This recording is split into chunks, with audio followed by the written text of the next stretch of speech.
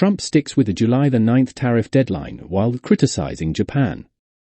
July 2, 2025.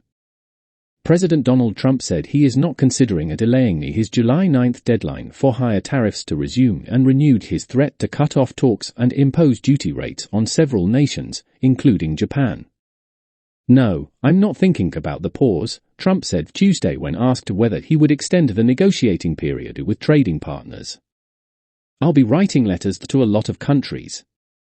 U.S. stocks pulled back after Trump's comments to reporters aboard Air Force One. The S&P 500 index quickly dropped 14 points on the headlines after trading was steady earlier in the day. The benchmark was down 0.1% as of 3:36 p.m. in New York. The CBOE VIX index jumped above 16.8 before pairing its advance.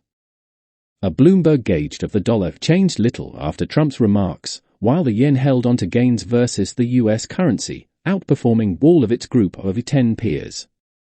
Investors are closely watching how the president decides to handle the current pause on his April tariffs, which he put on hold for 90 days to allow time for talks. Trump for weeks has sought to exert leverage over trading partners with threats to set high levies on governments he sees as being difficult. His top economic advisor Kevin Hassett a day earlier signaled agreements would be announced after the July 4 holiday under the signing of the tax and spending bill the U.S. Senate approved.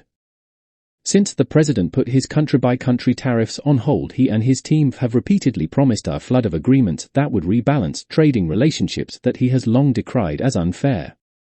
But the only two such pacts thus far have been broad frameworks with the UK and China, which left several key issues unresolved and many specifics to be negotiated later.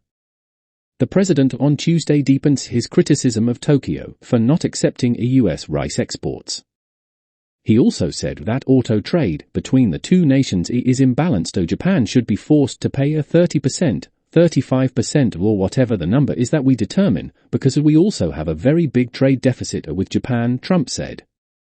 Trump proposed a 24% tariff on Japanese goods in April.